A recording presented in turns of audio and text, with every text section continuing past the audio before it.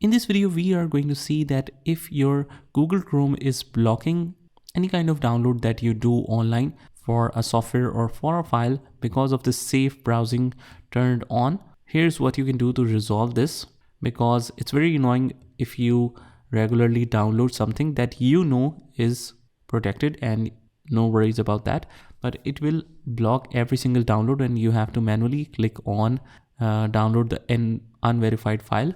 However, I don't recommend this, but if you're sure about the website, what you can do is just go to the three dots and just go to settings, and on the settings just go to the left hand side where it says privacy and security. Just click on that and just search for safe browsing. Here it is in the security tab. Now you can either set it to enhanced protection, standard protection, and no protection at all.